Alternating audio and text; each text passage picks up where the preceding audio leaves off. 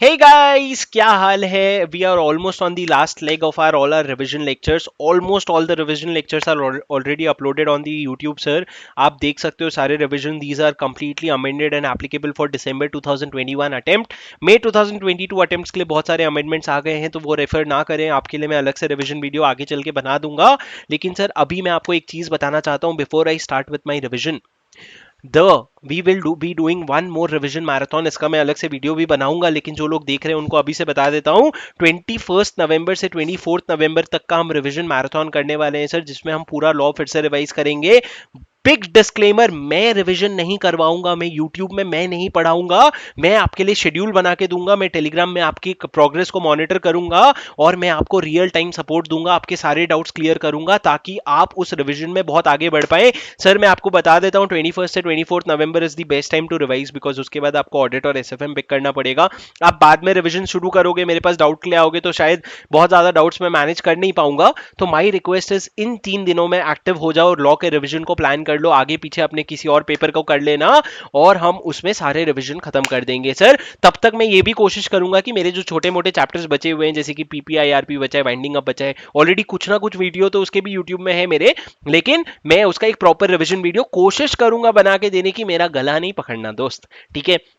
अब सर सुनो मेरी बात, क्योंकि मटेरियलिटी पे फोकस करो, फेमा पे फोकस करो, आईबीसी पे फोकस करो, वाइंडिंग अप वगैरह चलता है. Dormant company sir, dormant company इस वाले रिवीजन में हम क्या करने वाले हैं? डॉर्मेंट कंपनी, रजिस्टर्ड वैल्यू और government company, punishment of fraud और छोटे छोटे जो मिसलेनियस टॉपिक्स है उसको रिवाइज करने वाले हैं.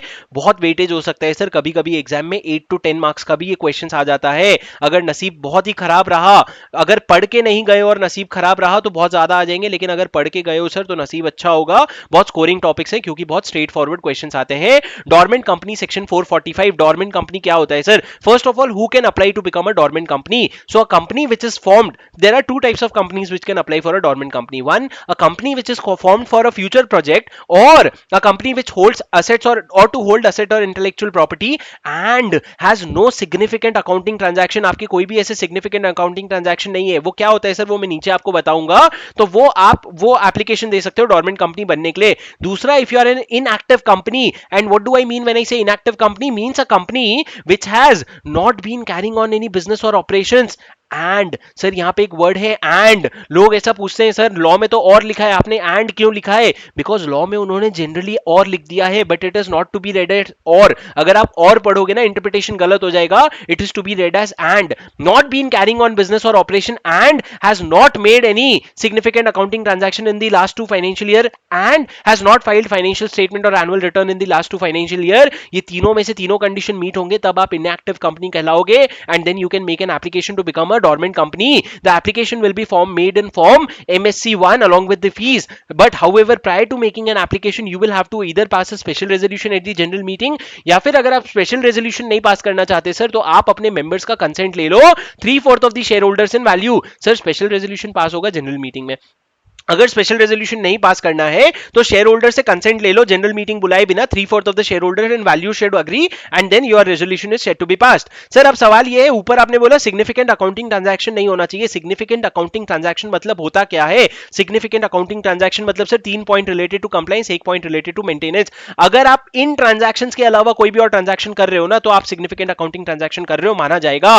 Significant accounting transaction means any transaction other than 3 compliance से related. Payment of fees to ROC, अगर आप कंप्लायंस का पेमेंट कर रहे हो. दूसरा, अगर आप पेमेंट कर रहे हो which is to fulfil requirement of this act और एनी अदर लॉ.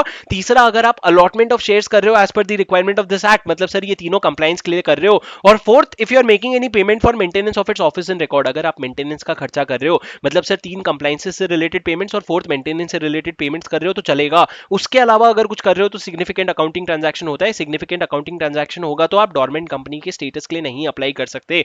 सर मजा आ जाता है जब स्टूडेंट्स बोलते हैं सर आपका खतरनाक वीडियो है, 0.75x की स्पीड पे पहला ऐसा टीचर है जिसका वीडियो देखना पड़ता है. चलो सर यही माहौल है अभी. Sir additional conditions to be eligible to apply for status of dormant company. Dormant company का स्टेटस अगर आप अप्लाई करना चाहते हो तो 8 एडिशनल कंडीशन है कि आपको ये 8 एडिशनल कंडीशन में कहीं भी ब्रीच नहीं होना चाहिए. पहला, आपके अगेंस्ट को इंस्पेक्शन, इंक्वायरी, इन्वेस्टिगेशन ना ही ऑर्डर हुआ होना चाहिए ना टेकन अप हुआ होना चाहिए. No prosecution should be initiated and pending. Sir prosecution अगर क्लोज हो गए तो अलग बात है, लेकिन कोई प्रोसिक्यूशन शुरू होकर पेंडिंग नहीं होना चाहिए. No outstanding public deposit and no default in the payment. You have not taken public deposit and you have not defaulted in the payment. You have not don't have any outstanding loan. But sir अगर आपका secured unsecured कोई भी loan नहीं होना चाहिए, लेकिन अगर आपका अनसिक्योर्ड लोन आउटस्टैंडिंग है ना, तो आप क्रेडिटर्स का अप्रूवल लेने के बाद डोरमेंट कंपनी का स्टेटस अप्लाई के लिए अप्लाई कर सकते हो.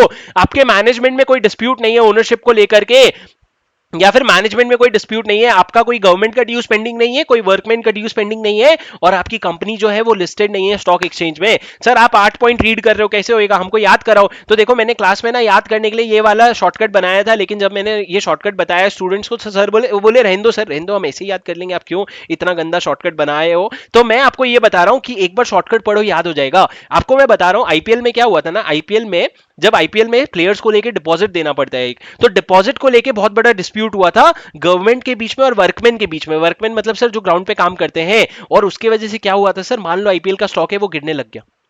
क्या बकवास किया सर आपने, एक बार सुनो अभी. आईपीएल कोई इन्वेस्टिगेशन नहीं होना चाहिए, प्रोसिक्यूशन नहीं होना चाहिए, लोन नहीं होना चाहिए. उसके बाद आईपीएल में किस चीज को लेके, डिपॉजिट को लेके कोई पब्लिक डिपॉजिट नहीं होना चाहिए. क्या हुआ है, डिस्प्यूट, कोई डिस्प्यूट नहीं होना चाहिए. जिस किसके बीच में, गवर्नमेंट और वर्कमैन के बीच में, गवर्नमेंट और वर्कमैन का ड्यूज नहीं होना चाहिए, जिसकी वजह से स्टॉक गिर गया, आप स्टॉक मार्केट में लिस्टेड नहीं होने चाहिए. सर जब आपको समझ आ गया आप डोरमेंट कंपनी बनना चाहते हो, तो आपको एप्लीकेशन देना पड़ेगा आरओसी को. आप एप्लीकेशन दोगे फॉर्म एमएससी 1 में, और आपको सर्टिफिकेट मिल जाएगा डोरमेंट का एमएससी 2 में. सर आपको जब एमएससी 2 का स्टेटस आपको जब डोरमेंट का स्टेटस मिल जाएगा, you will have to file a return of dormant company every year annually including the financial position. You will have to file within 30 days from the close of financial year in form MSC 3, and that has to be certified by a chartered accountant. Sir financial year खत्म होने के बाद sir 30 days का time दिया, because आप 30 करोगे क्या यार, कंपनी में काम थोड़ी, ऑडिट करने में कितना ही टाइम लगेगा, 30 डेज के अंदर अंदर हो जाएगा.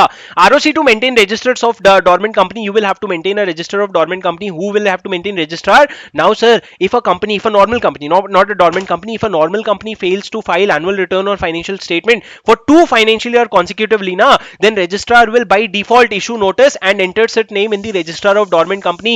Please note we are maintaining a separate registrar that is called as register of dormant company. In dormant company what are the minimum number of directors? Sir 3 to 1, same as normal company, and the provision of rotation of auditor will not be applicable to dormant company. क्या ही कर लोगे dormant इनको auditors को rotate करवा के. उसके बाद sir application for seeking status of active company. अगर एक बार आप डोरमेंट कंपनी बन गए, वापस अगर आपको एक्टिव कंपनी बनना है तो क्या सर, तो वापस आपको एप्लीकेशन देना पड़ेगा फॉर्म एमएससी 3 में, और एप्लीकेशन के साथ आपको फॉर्म एमएससी 4 में एप्लीकेशन देना पड़ेगा, उसके साथ एमएससी 3 वाला रिटर्न भी अप्लाई कर दो. सर आरओसी आपका एप्लीकेशन कंसिडर करेगा और उसको लगेगा हाँ भैया एक्टिव कंपनी बन सकती है, तो वो आपको फॉर्म एमएससी 5 में आपका सर्टिफिकेट इशू कर देगा. और सर अगर एक कंपनी जो है वो क्या लिखा हुआ है, हाँ, where a company does not act affecting status of dormant company. अगर आपको डोरमेंट कंपनी होने के बाद आपको कुछ चीजें करनी थी, जैसे आपको सिग्निफिकेंट अकाउंटिंग ट्रांजैक्शन नहीं करना चाहिए था, लेकिन अगर आपने कर लिया तो you will have to inform the ROC within 7 days. You will have to seek the status of an active company. Now 2 additional points sir. ROC will strike off the name of such company from register of dormant company if dormant company fails to comply with provision of section 455. अगर आप section 455 का compliance नहीं करते हो, अगर आप dormant company हो, तो रजिस्ट्रार जो है आपका नाम स्ट्राइक ऑफ कर देगा. सर कंपनीज के रजिस्टर में से स्ट्राइक ऑफ कर देगा क्या? नहीं, रजिस्टर ऑफ डोरमेंट कंपनीज में से स्ट्राइक ऑफ कर देगा.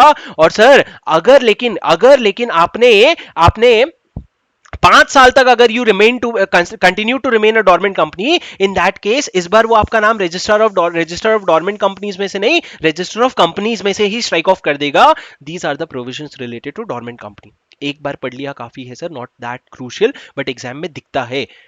सर एक बार पनिशमेंट की बात कर लेते हैं. सेक्शन 447, 448, 450. 447 सबसे इंपॉर्टेंट है, पनिशमेंट फॉर फ्रॉड. मैंने आपको कई दफा पढ़ा चुका हूं सर ये पनिशमेंट, मैंने आपको चैप्टर 4 के रिवीजन में भी करवाया था, अभी फिर से बता देता हूं. एक अमाउंट है सर 10 लाख रुपीज और 1% of the turnover of the company whichever is lower. अगर इस अमाउंट से ऊपर का फ्रॉड है तो क्या, नीचे का फ्रॉड है तो क्या? अगर ऊपर का फ्रॉड है तो you will be liable for a jail of not less than 6 months up to 10 years and fine up to 3 of minimum amount of fraud up to 3 times the amount of fraud. और sir अगर उस limit से नीचे का fraud है amount, तो you will be liable for jail up to 5 years and fine up to 50 lakh rupees. Do you see the word और here? Third, third case क्या है सर, अगर लिमिट के ऊपर का फ्रॉड है और पब्लिक इंटरेस्ट इन्वॉल्व है तो sir you will be liable for a jail of not minimum 6 months but a minimum 3 years up to 10 years and a fine of minimum amount of fraud up to the 3 times the amount of the fraud. Fraud मतलब क्या sir, fraud बोले तो an act omission concealment of fact और abuse of position which is committed with what is the reason why you are committing that act with an intent to deceive or to gain undue advantage or to injure interest of any company shareholder or others, then in that case whether or not you have made a wrongful gain or loss you will be liable for a fraud. Sir, what is fraud? An act, omission, concealment of fact or abuse of position committed with an intent to receive or to gain undue advantage or to injure the interest of the company shareholder, creditor and other people, whether or not you have made wrongful gain or loss. Sir, section 448 क्या है? Punishment for false statement. What is the punishment for false statement? अगर कहीं भी sir किसी भी return में, report में, certificate में, प्रोस्पेक्टस में अगर कोई भी स्टेटमेंट आप देते हो जो आपको पता है गलत है फिर भी आप दे रहे हो, या फिर आपको कोई स्टेटमेंट देना चाहिए था लेकिन आप नहीं दे रहे हो, तो आप 447 के फ्रॉड के लिए लायबल हो गए sir. Section 450 punishment where no specific penalties is provided. Sir अगर हम भूले भटके कहीं पे पनिशमेंट लिखना भूल गए हैं ना तो हमको माफ करो, लेकिन हम आपको माफ नहीं करेंगे, हम आप पे पनिशमेंट लगाएंगे. इफ एनी कंपनी और officer contravenes any provision of this act for which no specific penalty is there, then the company will liable for a fine of minimum 10,000 rupees and for every day of continuing default 1,000 rupees per day up to a maximum of 2 lakh rupees, and the officer or default will again be liable for a minimum of 10,000 rupees 1,000 rupees per day but up to a maximum of 50,000 rupees. ये individual के लिए limit है maximum 50,000, company के लिए है 2 lakh rupees. Sir ये हो गया पनिशमेंट वाला प्रोविजन. सर निधि कंपनी जो है, मैंने आपको निधि कंपनी के लिए अलग से वीडियो बना दिया है, वो प्लीज खोज करके देख लो, इसी प्लेलिस्ट में आपको मिल जाएगा. हाँ जी सर, रिमूवल ऑफ कंपनी का रिकॉर्डिंग ऑडियो कट गया था, कट ही गया था सर सही में. चलो जो बैलेंस बीच का पोर्शन है कवर करता हूं, सुनो. Removal of name of companies पढ़ेंगे sir. Removal of name of companies क्या होता है, what do I mean by removal of name of companies. Removal of name of companies का क्या सीन है सर, सुनो. बेसिकली कौन से केसेस होते हैं जहां पे एक कंपनी का नाम निकाल दिया जाएगा रजिस्ट्रार ऑफ कंपनीज में से. रजिस्ट्रार ऑफ कंपनीज एक रजिस्टर मेंटेन करती है सर, वो रजिस्टर को कहते हैं रजिस्टर ऑफ कंपनीज. उस रजिस्टर में से किसका नाम निकाल सकते हैं, किसी भी कंपनी का नाम निकाल सकते हैं दो तरीके से. या तो सुओ मोटो रजिस्ट्रार खुद निकाल दे, या फिर कंपनी ने एप्लीकेशन दिया है रजिस्ट्रार को तब रजिस्ट्रार निकाल दे. सुओ मोटो कब निकालेगा सर, 4 केस में निकालेगा. पहला 3 बिजनेस से रिलेटेड है, फोर्थ जो है सब्सक्रिप्शन टू मेमोरेंडम से रिलेटेड है. पहला अगर if a company has failed to commence business within 1 year from the date of incorporation, जब आप इनकॉर्पोरेट हुए थे उसके 1 साल के अंदर बिजनेस नहीं शुरू किया. Second, if a company has not been carrying on business for the last 2 years and has also not filed for section 455. Section 455 क्या है सर, आपने अभी तक पढ़ाया ही नहीं है. अरे वो तो वही है ना जो अभी अपन ने पढ़ा, डोरमेंट कंपनी. तो अगर आप बिजनेस कैरी नहीं कर रहे हो पिछले 2 साल से. थर्ड, इफ अगर आपके पास अंडर सेक्शन 12 अगर आपके फिजिकल एड्रेस का जो आपका रजिस्टर्ड एड्रेस है उसका अगर फिजिकल वेरिफिकेशन हुआ और उसमें पता चला कि you are not carrying on any business और ऑपरेशंस, इन दैट केस. और द लास्ट केस सर, जब आप मेमोरेंडम बनाते हो ना तो सब्सक्राइबर्स टू मेमोरेंडम होते हैं, तो सब्सक्राइबर्स टू मेमोरेंडम प्रॉमिस करते हैं कि हम पैसा देंगे और हम कैपिटल लेंगे. If they have not paid the payment within 180 days and has also not filed any declaration to this effect, in these 4 cases sir registrar will strike off your name from the register of members. लेकिन sir ऐसे कैसे नाम काट दोगे, नाम काटने के पहले you will have to give a notice to company and all its directors and request their representation with in 30 days. Sir 4 case क्या है फिर से बोलो. 3 केस बिजनेस का है, अगर बिजनेस शुरू नहीं किया 1 साल के अंदर, अगर पिछले 2 साल में बिजनेस नहीं कर रहे हो और आपने 455 का एप्लीकेशन भी नहीं फाइल किया, अगर फिजिकल वेरिफिकेशन पे पता चला कि आपका बिजनेस या ऑपरेशन जो है वो कैरी ऑन नहीं हो रहा है और सब्सक्राइबर टू मेमोरेंडम ने पैसा नहीं दिया और आपने डिक्लेरेशन भी नहीं फाइल किया with in 180 days of incorporation. ये तो हो गया सर सुओ मोटो. लेकिन कंपनी कब बोलेगी मेरा काट दो नाम, कंपनी कब बोलेगी मेरा नाम स्ट्राइक ऑफ कर दो.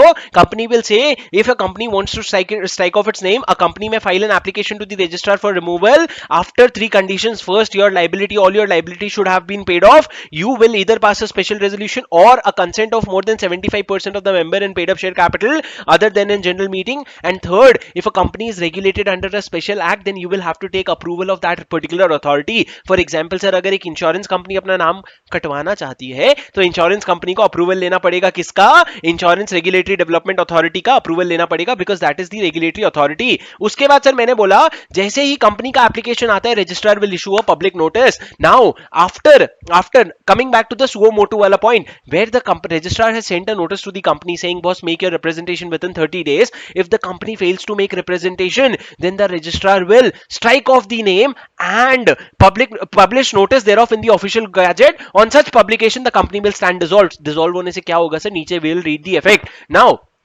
if such order for strike off, registrar to satisfy himself two things. जब जैसे ही strike off का order आएगा, registrar will satisfy itself about two things. One is sufficient provisions are made for what? Realization of the assets, discharge of the liability and the obligation. ऐसे नहीं sir किसी भी company का नाम काट दोगे, आपको ये ध्यान रखना पड़ेगा असेट सारा रियलाइज होगा और लाइबिलिटी पे ऑफ होगी। और अगर जरूरी है ना, you also take an undertaking from the managing director और other person in charge for be secured that boss हमारा सारा लाइबिलिटी पे ऑफ हो जाएगा। And sir nothing in this section will prohibit a company from being wound up. Section 249 restrictions on a company from making application under section 480 248. Sir revision lecture है, सुनो।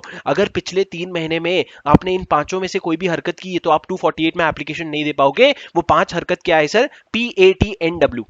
P, अगर sir आपने कोई भी rights या properties अगर आपने जो होल्ड करते थे वो आपने सेल किया है या डिस्पोज किया है for value. A, if you have engaged in any activity other than the 3 activities one application other than activities which is necessary for application under 248 concluding the affairs of the company और complying with the statutory requirement. T, अगर आपने sir tribunal को application दिया है for a compromise arrangement and amalgamation and such matter is not yet concluded. N, अगर आपने नाम या फिर रजिस्टर्ड ऑफिस का शिफ्ट करवाया है, नाम चेंज करवाया है या आरओ शिफ्ट करवाया है। और W sir, if you are being bound up under the companies act और all the insolvency bankruptcy code, you will not be eligible to give an application. If you violate the provision of this section you will be liable for a penalty of up to 1 lakh rupees. 250 sir, अगर आप dissolve होते हो तो 2 चीजें होती है। पहला, you cease to operate, your business will no more be operational. Second, your certificate of incorporation will be deemed to be cancelled. लेकिन सर इससे 3 चीजों पर कोई फर्क नहीं पड़ता। Liability of any person who is involve, जैसे कि मैनेजिंग डायरेक्टर या की मैनेजर पर्सन का, रियलाइजेशन ऑफ असेट्स और पेमेंट्स ऑफ लाइबिलिटी, पैसे कमाने में और पेमेंट करने में कोई इंपैक्ट नहीं पड़ता। 251 fraudulent application for removal of the names. If you were made an application and the intention behind the application was to defraud, मतलब आप किसी क्रेडिटर का पेमेंट से बचना चाहते थे या फिर किसी पर्सन को डिफ्रॉड करना चाहते थे या कोई लाइबिलिटी इवेड करना चाहते थे, तो boss every person who is concerned with the management of the company you will B jointly and severally liable and you should be liable for you will be liable for a you shall be punishable under section 447। पर sir आपने तो notes जो हमको print out दिया है उसमें punishable लिखा ही नहीं है। अरे वो कसम से लिखा है, वो ना थोड़ा टेबल छोटा हो गया ना तो वो नीचे खिस गया। जैसे ही टेबल मैंने थोड़ा खींचा ना, ये जो साइड में डब्बा दिख रहा है ना आपको, ये साइड में ये डब्बे को मैंने जैसे ही खींचा तब वो अपने आप वापस आ गया। तो सर अभी क्या करना है, अभी वहां लिख लो पनिशेबल अंडर सेक्शन 447। रजिस्ट्रार में ऑल्सो रिकमेंड प्रोसिक्यूशन अगर लगे तो। 252 restoration of the name of the company. Sir नाम काट कौन सकेगा? आरओसी। सीएगा कौन जब नाम कट जाएगा? तो एनसीएलटी। मतलब सर एक बार अगर कट गया ना तो सीने के लिए एनसीएलटी बुलाना पड़ेगा। आरओसी जिसने काटा वो खुद नहीं सी पाएगा। पहला, who can make an application for restoration of the name? Any person who is aggrieved by the order of the ROC will go to NCLT within 3 years from the date of order. जिस दिन order आएगा sir उसके 3 साल के अंदर अंदर आप चले जाना एनसीएलटी के पास। और अगर tribunal is satisfied that yes boss removal of name was unjustified या फिर एब्सेंस ऑफ ग्राउंड है, it will restore the name after giving opportunity of being heard। and sir जैसे ही आपका नेम रिस्टोर हो जाएगा तो आपको कंपनी के लिए एक सर्टिफिकेट ऑफ इनकॉर्पोरेशन तो चाहिए ना, तो आरओसी के पास चले जाना for a fresh issue of certificate of incorporation. Second point ये है सर, अगर रजिस्ट्रार को खुद को ये लगता है कि मेरे को कोई इनएडवर्टेंटली मतलब एरनियसली या फिर मतलब कोई गलत इंफॉर्मेशन के बेसिस पे मैंने नाम काट दिया, तो भी आरओसी खुद अपना नाम रिफिल नहीं करवा पाएगा सर कंपनी का। ROC will have to make an application to the NCLT asking कि बॉस नाम रिस्टोर कर दो। और अगर ट्राइब्यूनल को लगता है yes boss this application is valid, there was no ground to remove the name, then it will restore the name but the application again has to be made within 3 years। But sir law ने ऊपर बढ़ के एक और provision बोला कि अगर company के स्टेक होल्डर्स होते हैं, जैसे कि कंपनी खुद, मेंबर्स, क्रेडिटर्स या फिर आपके डिबेंचर होल्डर्स हो गए या फिर वर्कमैन हो गए, ये सारे लोग जो अग्रीव्ड पर्सन अगर होते हैं, they can require the restoration of the name of the company up till 20 years from the date of publication in the official gazette. और अगर सर ट्राइब्यूनल ये सैटिस्फाई हो जाता है कि रिस्टोर करना जरूरी है या फिर रिस्टोर करना रीजनेबल है, तो वो नाम रिस्टोर कर देगा और जो भी रिलेटेड ऑर्डर्स हैं वो पास कर देगा सर। उसके बाद मैंने गवर्नमेंट कंपनी पढ़ा है। गवर्नमेंट कंपनी में मैंने क्या बताया, गवर्नमेंट कंपनी 245 धिक्कार होता है अगर सेक्शन याद कितना हो 245 का? 245 government company. What is a government company? A government company means a company, there are two companies can be called as government company. एक वो हो गया a company in which more than 51% of the paid up share capital is held by the central government, state government, or partly by the central government, partly by the state government. और दूसरा वो company हो गया which is a subsidiary of a government company. तो अगर एक government company की subsidiary है तो वो भी गवर्नमेंट कंपनी कहलाएगी. Paid up share capital in this case will include both preference share capital and equity share capital. और अगर ऐसे क्लासेस ऑफ शेयर्स है जिसके अलग अलग वोटिंग पावर्स है तो आपका total paid up share capital कितना होगा? जितना आपका टोटल वोटिंग पावर है. सर ये कैलकुलेशन मैंने आपको क्लास में समझाया था. उसके बाद दो कॉन्सेप्ट और बता देता हूं सर. देखो एक एग्जांपल बता देता हूं. अगर एक कंपनी है डिटरमाइन करना है गवर्नमेंट कंपनी है कि नहीं है. उसमें 20% स्टेक स्टेट ऑफ महाराष्ट्र का है, 20% स्टेक सेंट्रल गवर्नमेंट का है, 20% स्टेक ओएनजीसी का है जो एक गवर्नमेंट कंपनी है. क्या ये गवर्नमेंट कंपनी है? पॉज करके बताओ. Answer is no, sir. The subsidiary of a government company is a separate condition. More than 51% is a separate condition. अगर आप 20% गवर्नमेंट कंपनी होल्ड करती है तो उसको काउंट नहीं करेंगे, सिर्फ सेंट्रल गवर्नमेंट और स्टेट गवर्नमेंट की होल्डिंग काउंट करेंगे. 394 और 395 बहुत इजी है सर. एनुअल रिपोर्ट के बारे में बात करता है. एनुअल रिपोर्ट के बारे में क्या बोलता है? Annual report of a company. अगर एक गवर्नमेंट कंपनी है, दो गवर्नमेंट कंपनी है, 394 395. अगर एक गवर्नमेंट कंपनी है जिसमें सेंट्रल गवर्नमेंट एक मेंबर है तो उस गवर्नमेंट कंपनी को within 3 months from the annual general meeting it will have to prepare the annual report and that annual report will have to be laid before the house of the parliament and along with the annual report you will also place the audit report and the comments of the CAG thereon. और sir उसी company में अगर state government भी member है तो state government को वो report को ले जाकर के स्टेट लेजिस्लेचर के सामने भी रखना पड़ेगा. लेकिन अगर 395 कहता है अगर एक कंपनी गवर्नमेंट कंपनी है जिसमें सेंट्रल गवर्नमेंट मेंबर नहीं है, सिर्फ स्टेट गवर्नमेंट मेंबर है, तो वो एनुअल रिपोर्ट बनाने की जिम्मेदारी किस पे आ जाती है? स्टेट गवर्नमेंट में. Within 3 months from the end of the annual general meeting it will have to prepare a report and that report will have to be placed before the house of parliament. क्या बात कर रहे हो? House of parliament में क्यों रखेगा? State government है ना, वो रखेगा स्टेट लेजिस्लेचर में. No report will be placed in the house of parliament. In what case? In case where central government is not a member, only state government is a member. And sir this provision will also be applicable if liquidation is going on. That's it on government company. Nidhi company मैंने आपका cover कर दिया है दूसरे lecture में. अब आ जाते हैं सर रजिस्टर्ड वैल्यूअर पे. रजिस्टर्ड वैल्यूअर देख लेते हैं सर. सुनो, रजिस्टर्ड वैल्यूअर आपका एक ही सेक्शन है, सेक्शन 247. अरे सर इतना छोटा? हाँ, क्योंकि रूल्स बड़ा है ना उसका, तो सेक्शन छोटा है. Section 247 talks about registered valuer. What is the registered valuer? Sir देखो बहुत सारे असेट्स होते हैं, बहुत सारे लाइबिलिटीज होते हैं, बहुत सारे चीजें होती है जिसका वैल्यूएशन करवाना होता है. पहले एरा गैरा नत्थु खैरा कोई भी Tom Dick and Harry valuation करता था. अब इन्होंने प्रोफेशनल बना दिया, रजिस्टर्ड वैल्यूअर सर वैल्यूएशन करेगा. रजिस्टर्ड वैल्यूअर कौन होता है बॉस? कौन होता है? एक बंदा जिसने प्रोफेशनल क्वालिफिकेशन और एक्सपीरियंस लेकर के डिग्री ली है, जाके रजिस्टर हुआ है, वो रजिस्टर्ड वैल्यूअर होता है. तो sir where valuation is required to be done for what? Of any asset say property, stock, shares, debenture, security, goodwill. आपको मेरी स्क्रीन दिख रही है ना? Property, stock, shares, debenture, securities, goodwill, other assets, net worth और लायबिलिटीज. इन सब का वैल्यूएशन कौन करेगा? वो जिसके पास प्रोफेशनल क्वालिफिकेशन एंड एक्सपीरियंस है, who is registered valuer and is a member of a registered valuer organisation and is appointed by audit committee और board in the absence of the audit committee. अगर audit committee नहीं है तो board appoint कर रहा है, और अगर ऑडिट कमिटी है तो ऑडिट कमिटी अपॉइंट कर रहा है. तीन कंडीशन सेटिस्फाई होना चाहिए सर. क्वालिफिकेशन और एक्सपीरियंस है, रजिस्टर्ड वैल्यूअर भी है, मेंबर ऑफ आरवीओ भी है, और आपको अपॉइंट किया जा रहा है, तब जाके आप वैल्यूएशन कर सकते हो. उसके बाद मैंने आपको क्या बोला sir? What is the role of the registered valuer? चार रोल है sir. True and fair valuation करेगा, ड्यू डिलिजेंस एक्सरसाइज करेगा, make valuation as per the prescribed rules, and will not undertake a valuation if he is interested. How do you know whether he is interested और not? You will when which period will you check? The date on which you are taking the valuation, उसके पहले के 3 साल, और जब आपका valuation खत्म हो रहा है उसके बाद का 3 साल देखोगे कि आप भैया इंटरेस्टेड हो कि नहीं हो during the 3 years before and prior. Sir उसके बाद contravention by no valuer, no intention to defraud, fine ₹50,000. Sir please सुनो, आपको जो मैंने समरी नोट्स दी है उसमें लिखा है 25,000 टू 1 लाख रुपीस.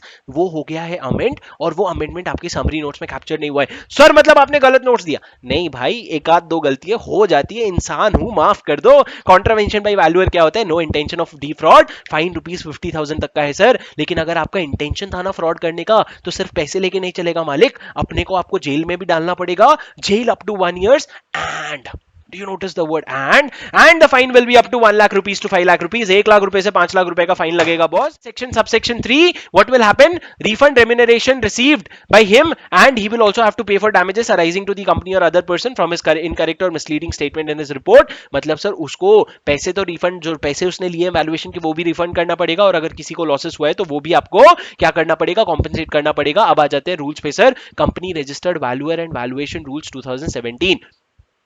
सर सुनो, असेट क्लास क्या होता है सर, मैं आपको बता देता हूँ। असेट क्लास मतलब बहुत सारे तरह असेट्स को इन्होंने तीन कैटेगरी में डिवाइड किया है, सिक्योरिटी, प्लांट एंड मशीनरी और लैंड एंड बिल्डिंग, और एक एक असेट क्लास का आपको डिग्री मिलता है। अब सर कौन पर्सन एलिजिबल है to become a registered valuer, depend करता है सर क्या वो पर्सन है या वो पार्टनरशिप फर्म या फिर क्या है, कंपनी है। If you are a person you will be eligible to become a registered valuer if the following categories are conditions are satisfied. There are 11 condition. पहला, आपको आरवीओ का वैल्यूअर मेंबर होना पड़ेगा sir. I am please assuming that you know RVO, RBI, IBPI, ये सब आपने class में पढ़ा है, क्योंकि ये सब अभी हम रिवीजन लेक्चर में नहीं डिस्कस कर सकते सर। आप एक आरवीओ के वैल्यूअर मेंबर हो, उस आरवीओ ने आपको रेकमेंड किया है रजिस्ट्रेशन के लिए, आपने वैल्यूएशन का एग्जामिनेशन क्लियर कर लिया और 3 साल के अंदर अंदर आप रजिस्ट्रेशन के लिए एप्लीकेशन दे रहे हो, आपके पास नेसेसरी क्वालिफिकेशन और एक्सपीरियंस है, you are not a minor, you are not unsound mind, you are not undischarged bankrupt, or you have not applied for adjudication to be adjudged as a bankrupt, you are a person resident in India।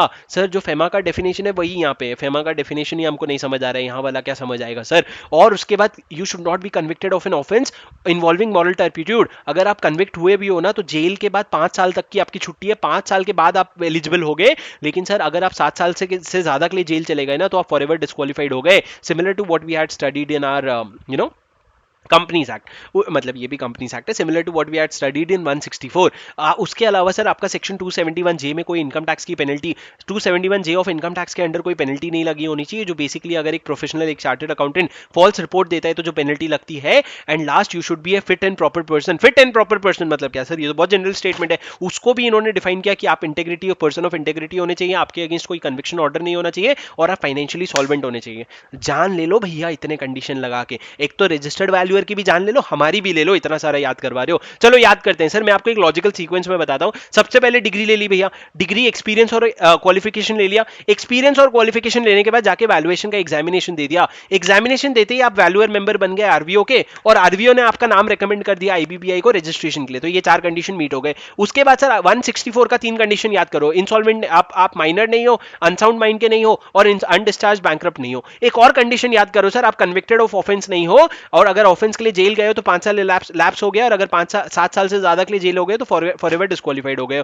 उसके बाद 2 और point अलग है sir, person resident in India होना चाहिए, और income tax act, मतलब 2 अलग एक्ट का रेफरेंस है, फेमा का और इनकम टैक्स एक्ट का। और last, fit and proper person होने चाहिए sir. Fit and proper person मतलब आईओएस, आई इंटेग्रिटी, ओ और कोई कन्विक्शन ऑर्डर नहीं आया होना चाहिए आपके अगेंस्ट, एस फाइनेंशियली सॉल्वेंट होने चाहिए। ये सारे पॉइंट्स है सर, ये सारे पॉइंट्स आपको याद करने हैं। Eligibility of an individual person. अब सर ये तो हो गया पर्सन की एलिजिबिलिटी। अब बताओ पार्टनरशिप एंटिटी या कंपनी को अगर रजिस्टर्ड वैल्यूअर बनना है तो क्या सीन है। पार्टनरशिप फर्म में कौन होता है सर, पार्टनर्स। कंपनी में कौन होता है, डायरेक्टर्स। तो हम कंपनी का भी देखेंगे और हम उनके लोगों का भी देखेंगे एलिजिबिलिटी। आप यहां पे अलग तरीके से इन्होंने लिखा है, अगर आप एक पार्टनरशिप फर्म हो या कंपनी हो तो आप एलिजिबल नहीं होगे अगर, आप एलिजिबल नहीं होगे अगर क्या, आप एलिजिबल नहीं होगे अगर ये 6 में से कोई भी कंडीशन में आप फॉल कर जाते हो। क्या है सर वो 6 कंडीशन, अगर if you are set up for an object other than rendering professional service, financial और वैल्यूएशन सर्विस। अगर सर मेरा ऑब्जेक्ट है गैम्बलिंग करवाना, I will not be allowed to be registered as a registered valuer. My object should be only to provide financial service, professional service or valuation service. Second, if I'm a company, I should not be a subsidiary, joint venture or associate of any other company or body corporate. I should not be undergoing interim insolvency resolution process. Insolvency, CIRP, corporate insolvency resolution process. हाँ, should not be undergoing insolvency. हंस क्या रहे हो गया है मेरा CA बन गया हूं, ठीक है sir. Is undergoing insolvency resolution process और undischarge bankrupt. Fourth, all partner और director are not eligible above except A and B. मतलब क्या सर, आपके अगर सारे के सारे पार्टनर्स जो हैं ऊपर कहीं पे भी एलिजिबल नहीं है, मतलब सर ऊपर जो पॉइंट्स है इंडिविजुअल के लिए ना, वो आपके सारे पार्टनर्स को भी कंप्लाई करना पड़ेगा। अगर उसमें से एक भी पार्टनर है जो ऊपर कहीं या तो कन्विक्टेड है या अनसाउंड माइंड का है तो प्रॉब्लम है सर, आपको नहीं मिलेगा एक्सेप्ट फॉर ए और बी। मतलब सर ये जरूरी नहीं है आप सारे valuer member of registered valuer organisation हो, या फिर आप ये भी जरूरी नहीं है कि आप रिकमेंडेड बाय बोर्ड हो, आप रजिस्टर्ड हो। उसके अलावा सर सारे कंडीशन जैसे कि अनसाउंड माइंड, बैंकरप्ट, ये सारे कंडीशन मीट होने चाहिए। और सर आपके लोअर ऑफ थ्री पार्टनर्स और ऑल पार्टनर्स और directors whichever is lower, इतने तो आपके रजिस्टर्ड वैल्यूअर होने चाहिए। And none of your promoter और if there is a case where in your firm में कोई भी पार्टनर या फिर कंपनी में कोई भी डायरेक्टर ऐसा नहीं है जो रजिस्टर्ड वैल्यूअर है उस क्लास ऑफ असेट्स के लिए जिसका वैल्यूएशन करने की बात कर रहे हो, तो भैया तुमको कैसे बना दे हम registered valuer organisation. For example sir, अगर आप आरबीओ, अगर आप पार्टनरशिप फर्म हो और आप बोल रहे हो मेरे को plant and machinery asset class का मेरे को क्या बना दे, मेरे को तू बना दे रजिस्टर्ड वैल्यूअर। अरे अगर तुम्हारा एक भी पार्टनर या तुम्हारा एक भी डायरेक्टर अगर उस क्लास का रजिस्टर्ड वैल्यूअर नहीं है तो तुम्हारे में एक्सपीरियंस क्या है उसका, हम नहीं देंगे तुमको डिग्री। 6 कंडीशन है सर। पहला, objects, your objects are other than what should be. If you are a subsidiary, joint venture और associate of any other company. Third, if you are undergoing insolvency resolution process और you are an undischarged bankrupt. Fourth, if your all your promoters और directors are not eligible above, मतलब sir आपके सारे promoters directors अगर eligible नहीं है। Fifth, अगर आपके तीन या फिर जितने एक्चुअल में सारे पार्टनर्स और डायरेक्टर पार्टनर्स या डायरेक्टर्स है वो सारे के सारे रजिस्टर्ड वैल्यूअर नहीं है। एंड लास्ट सर, अगर आपके कोई भी पार्टनर या डायरेक्टर ऐसे नहीं है जो रजिस्टर्ड वैल्यूअर उस क्लास ऑफ असेट क्लेम जिसके लिए आप रजिस्ट्रेशन मांग रहे हो, तो सर नहीं बन सकते। ये हो गया सर एलिजिबिलिटी। अब आता है क्वालिफिकेशन एंड एक्सपीरियंस। कितना क्वालिफिकेशन होना चाहिए, क्या एक्सपीरियंस होना चाहिए सर? तो इन्होंने बोला क्वालिफिकेशन तीन हो सकते हैं, या तो पोस्ट ग्रेजुएट डिग्री या डिप्लोमा या बैचलर्स डिग्री या फिर membership of any professional institute established under this parliament. अब सर ये डिग्री आपकी जो डिग्री है ये कहां से होनी चाहिए? फ्रॉम एनी यूनिवर्सिटी और institution incorporated by law in India in specified discipline. कोई एक पर्टिकुलर डिसिप्लिन में आपने वो डिग्री ले रखी है। अब सर एक्सपीरियंस कितना होना चाहिए? देखो अगर पोस्ट ग्रेजुएट डिग्री है तो 3 साल का चल जाएगा, लेकिन सर बैचलर का डिग्री है ना तो 5 साल लगेगा। और सर अगर प्रोफेशनल डिग्री है, सीए हो, तो भी भैया 3 साल में चल जाएगा। मतलब पोस्ट ग्रेजुएट में और प्रोफेशनल मेंबरशिप में आपका 3 साल चल जाएगा, बैचलर में आपको 5 साल का एक्सपीरियंस लगेगा। कंडीशन ऑफ रजिस्ट्रेशन, कुछ लोग तो यहाँ पे सोच रहे हैं अरे भाई इतना डिटेल में तो मैंने ना पढ़ा है ना मेरे टीचर ने पढ़ाया है, क्या करें? भैया कोई बात नहीं, अभी सुन लो। और अगर नहीं जमता तो अभी तो क्लास मत लो मेरी, because it is too late. Take it, मतलब अभी अभी भी टाइम है एकदम। आज में देख रहे हो तो ठीक है, लेकिन आज से 3-4 दिन बाद तो बिल्कुल भी क्लास की सोचना भी मत, बहुत हाई टाइम आ जाएगा। On application made by eligible individual entity to condition for registration. Sir मतलब क्या, अगर आप रजिस्ट्रेशन करवाने जा रहे हो किसके पास? Insolvency bankruptcy board of India के बाद। सर आरवीओ बनने के बाद आरवीओ में मेंबरशिप मिलता है। आरवीओ में मेंबरशिप के बाद आप आईबीबीआई के पास रजिस्ट्रेशन के लिए जाते हो। जब एप्लीकेशन जाता है ना तो रजिस्ट्रेशन आपको मिलेगा, लेकिन ये कंडीशन सेटिस्फाई होने चाहिए। सबसे पहला आपके पास रेलेवेंट क्वालिफिकेशन और एक्सपीरियंस होना चाहिए। ठीक है, आप लॉ के कंप्लायंस में कर रहे हो, you are not conducting valuation for class other than which for registration is granted prior permission of authority before shifting membership. मतलब सर ये सारे कंडीशंस आपको मीट करने पड़ेंगे जब आपको रजिस्ट्रेशन मिल जाता है। पहला तो आपके पास क्वालिफिकेशन और एक्सपीरियंस पूरा समय है, आप लॉ का कंप्लायंस कर रहे हो, आप उसी असेट क्लास का वैल्यूएशन कर रहे हो जिसका आपने परमिशन लिया है। अगर आप अपना मेंबरशिप शिफ्ट करना चाहते हो आईसीएआई से लेके आईसीएसआई के पास, मान लो अगर सीए इंस्टीट्यूट से लेके सीएस इंस्टीट्यूट के पास आप अपना मेंबरशिप शिफ्ट करना चाह रहे हो तो प्रायर परमिशन लेना पड़ेगा। आप आरबीओ ने जो कोड ऑफ कंडक्ट बनाया है उसका कंप्लाई करना पड़ेगा। आप ग्रीवेंसेस एड्रेस करने के लिए एडिक्वेट स्टेप्स ले रहे हो। You are maintaining a record of the assignment for 3 years from completion. जब भी आपका कोई असाइनमेंट खत्म हो रहा है 3 साल तक आप उसका रिकॉर्ड मेंटेन कर रहे हो। और अगर सर रजिस्टर्ड वैल्यूअर जो है वो पार्टनरशिप फर्म या कंपनी है तो आप अपने सिर्फ उसी पार्टनर को या डायरेक्टर को साइन करने दे रहे हो जो रजिस्टर्ड वैल्यूअर खुद है। और सर आप डिस्क्लोज कर रहे हो company concern, disclose to company concern the capital contributed in firm और company by the signing partner और डायरेक्टर। मतलब अगर वो कोई पार्टनर है तो वो उसने उस फर्म में कितना कैपिटल कंट्रीब्यूट किया है वो डिस्क्लोज कर रहे हो। और आप आईबीबीआई को इमीडिएटली इन्फॉर्म कर रहे हो अगर आप किसी प्रमोटर या डायरेक्टर को निकाल रहे हो जो रजिस्टर्ड वैल्यूअर है सर। और अगर एक रजिस्टर्ड वैल्यूअर फर्म है तो सारे पार्टनर्स जॉइंटली और सेवरली लाइबल है, और अगर कंपनी है तो company liable along with the signing director. Sir सुनो फिर से बता रहा हूं, समझ जाओगे अभी। सर अगर आप एक बार रजिस्ट्रेशन ले लेते हो ना आईबीबीआई का, मेरे को किसी ने बोला है सर बोलना कम करो तो मैं दोस्त बोलूंगा, आपसे दोस्त बोलूंगा। चलो दोस्त सुन, अगर आप रजिस्ट्रेशन ले रहे हो ना अगर आईबीबीआई के पास, तो आपको ये सारे कंडीशंस का ध्यान रखना पड़ेगा। आपका क्वालिफिकेशन और एक्सपीरियंस हमेशा आपके पास है, लॉ का कंप्लायंस हो रहा है, असेट क्लास आप मेंटेन कर रहे हो, शिफ्ट कर रहे हो अगर अपना मेंबरशिप तो आपको अप्रूवल लेना पड़ेगा, कोड ऑफ कंडक्ट फॉलो कर रहे हो, ग्रीवेंसेस को एड्रेस कर रहे हो, रिकॉर्ड्स मेंटेन कर रहे हो 3 साल के लिए। और अगर सर अगर आप पार्टनरशिप फर्म और कंपनी हो तो 3 चीजें देखनी पड़ेगी। पहला, आप सिर्फ रजिस्टर्ड वैल्यूअर को साइन करने दोगे, जो साइन कर रहा है वो अपना कॉन्ट्रीब्यूशन डिस्क्लोज करेगा। और आप अगर वो किसी भी रजिस्टर्ड वैल्यूअर को अपने पार्टनरशिप से या डायरेक्टरशिप से निकाल रहे हो तो तत्काल प्रभाव से आईबीबीआई को बता दिया जाए। और अगर एक पार्टनरशिप फर्म है तो सारे पार्टनर्स जॉइंटली और सेवरली लाइबल होंगे। और अगर एक कंपनी है तो कंपनी और सिर्फ साइनिंग डायरेक्टर लाइबल होगा, बाकी डायरेक्टर्स लाइबल नहीं होंगे। सर सुनो यहाँ पे ना आप मेरे को एक शॉर्टकट बना करके नीचे नोट्स में बता दो, QLAC। सर मैं क्यों शॉर्टकट बनाऊं, किसको एग्जाम देना है? हाँ चलो, shifting membership, code of conduct, grievances, records, मेरे को देना है एग्जाम। अगर आप और ये सर ये 5 कंडीशन हो गए अगर आप फर्म हो और कंपनी हो तो इसको बस ऐसे ही लिख लो, लेकिन इसका एक शॉर्टकट बना लो, अच्छा सा इंटरेस्टिंग सा क्रिकेट से रिलेट करके बना लो, मजेदार बन जाएगा। आगे बढ़ते हैं सर, कंडक्ट ऑफ वैल्यूएशन। अब वैल्यूएशन कंडक्ट कैसे होगा sir? As per standards notified, जैसे अकाउंटिंग स्टैंडर्ड्स होते हैं, ऑडिटिंग स्टैंडर्ड्स होते हैं, वैसे ही वैल्यूएशन स्टैंडर्ड्स भी नोटिफाई होंगे। भगवान जिस दिन नोटिफाई हो जाए, कोर्स में नहीं डाल दियो। और जैसे ही नोटिफाई होगा, नोटिफाई जब तक नहीं होता तो जो इंटरनेशनली एक्सेप्टेड स्टैंडर्ड्स हैं या फिर जो आरबीओ अडॉप्ट कर रखा है, मतलब सर जैसे आईसीआई ने एक स्टैंडर्ड अडॉप्ट कर रखा है, उस स्टैंडर्ड्स को फॉलो कर लो। और सर सुनो, जब आप वैल्यूएशन कर रहे हो ना, तो कभी कभी हो सकता है शुभम अगर वैल्यूअर है तो शुभम ने एक दोस्त आदित्य का वैल्यूएशन का इनपुट्स ले लिया कि भाई तेरा क्या इनपुट्स है बता दे। तो सर अगर आप आदित्य का इनपुट्स ले रहे हो ना, तो आप अपने रिपोर्ट्स में बड़ा क्लियरली लिख देना कि मैंने आदित्य से इनपुट्स लिया है, लेकिन उससे आपकी लाइबिलिटी कम नहीं हो जाती, लाइबिलिटी रिमेन्स योर्स। उसके अलावा sir what all things do you have to state in your report? मैंने आपको क्लास में रिपोर्ट दिखाया था रजिस्टर्ड वैल्यूअर का।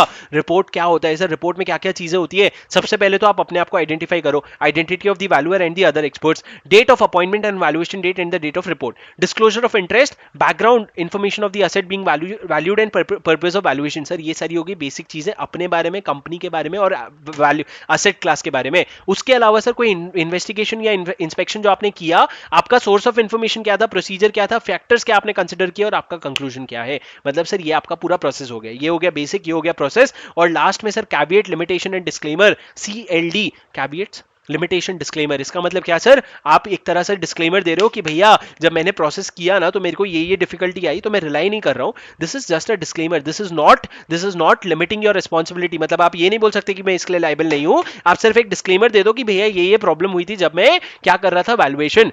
सर अब मेरे को मिल गया है सर्टिफिकेट ऑफ रजिस्ट्रेशन, मैं कौन? शुभम। शुभम को मिल गया एक सर्टिफिकेट ऑफ रजिस्ट्रेशन, क्या मैं उसको हमेशा के लिए रखूं? हाँ रख सकता है भाई। क्या तू उसको सरेंडर भी कर सकता है कि भैया मेरे को वैल्यूएशन का काम नहीं करना? Yes you can definitely go and surrender as per the regulation of RBO. अगर आप आईसीआई के अंडर रजिस्टर्ड हो, आईसीएआई आरबीओ के अंडर रजिस्टर्ड हो, तो आप उनके रेगुलेशंस के हिसाब से सरेंडर कर सकते हो और तुरंत ही आप इन्फॉर्म कर दोगे अथॉरिटी को भी कि भैया मैंने सरेंडर कर दिया है। तुम तो इन्फॉर्म करोगे ही, आरबीओ भी इन्फॉर्म करेगा 7 डेज के अंदर, जब वो अप्रूव कर देगा एप्लीकेशन को। सर आते ही नहीं करेगा, अप्रूव करने के बाद करेगा, और साथ में आरबीओ अपने वेबसाइट पे भी प्लेस कर देगा ये सारी डिटेल्स। सर आरबीओ आरबीओ कर रहे हो, आरबीओ होता क्या है? Basically an RBO is a person, an organisation may be recognised as RBO specific to asset class if 4 conditions are satisfied. Sir अगर 4 में से कहीं भी आप फॉल करते हो, या तो आप सेक्शन 8 कंपनीज रजिस्टर्ड हो, या फिर आप एक प्रोफेशनल इंस्टीट्यूशन हो जो establish under parliament act, parliament में एस्टैब्लिश्ड है, या फिर सर अगर आप एक सोसाइटी हो जो सोसाइटी एक्ट में बने हो, या फिर ट्रस्ट हो जो इंडियन ट्रस्ट एक्ट में बने हो, लेकिन आपको अपने आप को सेक्शन 8 कंपनी में कन्वर्ट करना पड़ता है 1 साल के अंदर अंदर। तो सर बेसिकली अगर आप सेक्शन 8 कंपनी हो या फिर कोई प्रोफेशनल इंस्टीट्यूट हो जो एस्टैब्लिश्ड हो किसी एक्ट के अंडर, तो आप रजिस्टर्ड वैल्यूअर ऑर्गेनाइजेशन बन जाओगे। सर आप एक आरबीओ बन के करोगे क्या? आपको सर एजुकेशनल कोर्सेज प्रोवाइड करने पड़ेंगे, आप मेंबरशिप दोगे, ट्रेनिंग कराओगे, आप कोड ऑफ कंडक्ट बनाओगे, आप कंटिन्यूअस एजुकेशन देते रहोगे मेंबर्स को, इसलिए हमने 2 बार दिया। ऊपर एजुकेशनल कोर्सेज भी बनाओगे, कंटिन्यू करोगे एजुकेशन देना, आप क्वालिटी ऑफ सर्विस मॉनिटर करोगे and disciplinary proceedings as mechanism of disciplinary proceeding. Sir आप तो सिर्फ पढ़ते जा रहे हो, पढ़ते जा रहे हो, पढ़ते जा रहे हो, तो क्या करूं? क्या करूं मैं तो रट्टा मार लिया हूं, मेरे को तो याद है, मैं बिना देखे बता दूंगा सर क्या करना है। आपको एजुकेशनल कोर्सेज प्रोवाइड करना है, आपको मेंबरशिप देना है, आपको ट्रेनिंग करवानी है, आपको फिर से एजुकेशन प्रोवाइड करवाना है, आपको क्वालिटी ऑफ सर्विस मेंटेन करनी है, आपको प्रोसीडिंग शुरू करनी है। याद तो आपको करना है ना बॉस, तो एक बार ही रुक जाओ। और बहुत ज्यादा शॉर्टकट्स भी नहीं बना सकते बॉस, क्योंकि नहीं याद होगा, और अभी तक क्योंकि एग्जाम में क्वेश्चन नहीं आया तो अपने को पता नहीं है क्या इंपॉर्टेंट है, फिर भी चलो इसका बना लो। एजुकेशन के 2 पॉइंट है, मेंबरशिप का एक पॉइंट है, ट्रेनिंग का एक पॉइंट है, कोड ऑफ कंडक्ट का एक पॉइंट है, सर्विस क्वालिटी का एक पॉइंट है, डिसिप्लिनरी प्रोसीडिंग्स का एक पॉइंट है। चलो एक बना लो, MTCESD, ये सारे कोड वर्ड है। एक बार रुक लो और इसका नोट बना के फटाफट कमेंट में बता दो मेरे को क्या है। सर क्यों कमेंट में बताना है? 2 चीजें होगी, आपके सगे साथियों का भी भला हो जाएगा, कर भला सो हो भला, और साथ में अपन अगले रिवीजन में आपकी हेल्प भी कर सकते हैं, जब हम एग्जाम के पहले रिवीजन करेंगे या फिर जब हम 21 से 24 में अगर रिवीजन करेंगे, नहीं करेंगे वैसे तो। Complaint complaint complaint complaint complaint. Sir complaint against RBO, exam के पहले तो बस पूरा रिवीजन करेंगे वैसे भी। चलो कंप्लेंट अगेंस्ट आरबीओ और रजिस्टर्ड वैल्यूअर। सर अगर मेरे को रजिस्टर्ड वैल्यूअर के अगेंस्ट या फिर आरबीओ के अगेंस्ट, दोनों के अगेंस्ट किसी को भी कंप्लेंट करना है ना, तो किसको जाके करूंगा? दादाजी को करोगे। दादाजी कौन है? आईबीबीआई। लेकिन आपको उसके साथ 1000 रुपए का नॉन रिफंडेबल फी देना पड़ेगा, रिफंड होएगा ही नहीं सर वो 1000 रुपया। और सर जैसे ही आप कंप्लेंट दोगे तो अथॉरिटी उसको एग्जामिन करके नेसेसरी स्टेप लेगा। लेकिन सर अगर आप रजिस्टर्ड वैल्यूअर के अगेंस्ट कंप्लेंट कर रहे हो ना, जो प्रमोटर या डायरेक्टर है, जो पार्टनर या डायरेक्टर है, तो सर हाँ, तो आईबीबीआई क्या करेगा? उस कंप्लेंट को रेफर कर देगा कंसर्न आरबीओ को कि भैया तू देख ले इसको। मैं आरबीओ का देखूंगा, आरबीओ का आरबी देखे, आरबी का आरबीओ देखेगा।